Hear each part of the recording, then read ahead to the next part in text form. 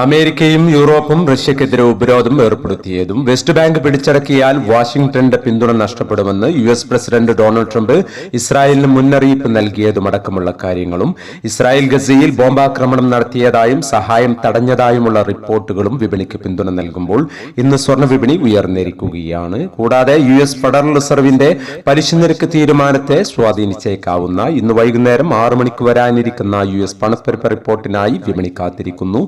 Data നിലവിലെ സാഹചര്യത്തിൽ വിപണിക്ക് പിന്തുണ നൽകിയേക്കാമെന്നാണ് നിഗമനം. പ്രതീക്ഷിക്കുന്ന റിപ്പോർട്ടിന്റെ ഗതി വ്യത്യസ്തമായാൽ പോലും പലിശ നിരക്ക് കുറക്കാതിരിക്കാനുള്ള ഒരു നിലയിലേക്ക് പണപ്പെരുപ്പം എത്തിയിട്ടില്ല എന്നുകൂടി ഓർമ്മപ്പെടുത്തുന്നു.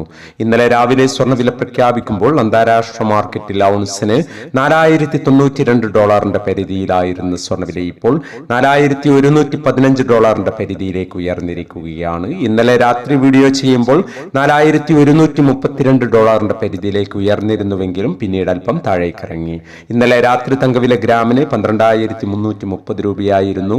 വൈകി വരുന്ന ഇന്നത്തെ തങ്കവില 11 മണിയോടെ കമന്റ് ബോക്സിൽ പിൻ ചെയ്യുന്നതാണ്. എല്ലാ വ്യൂവേഴ്സിൽ നിന്നും ഒരു ലൈക്ക് പ്രതീക്ഷിച്ചുകൊണ്ട് ഇന്നത്തെ സ്വർണ്ണവില നോക്കാം.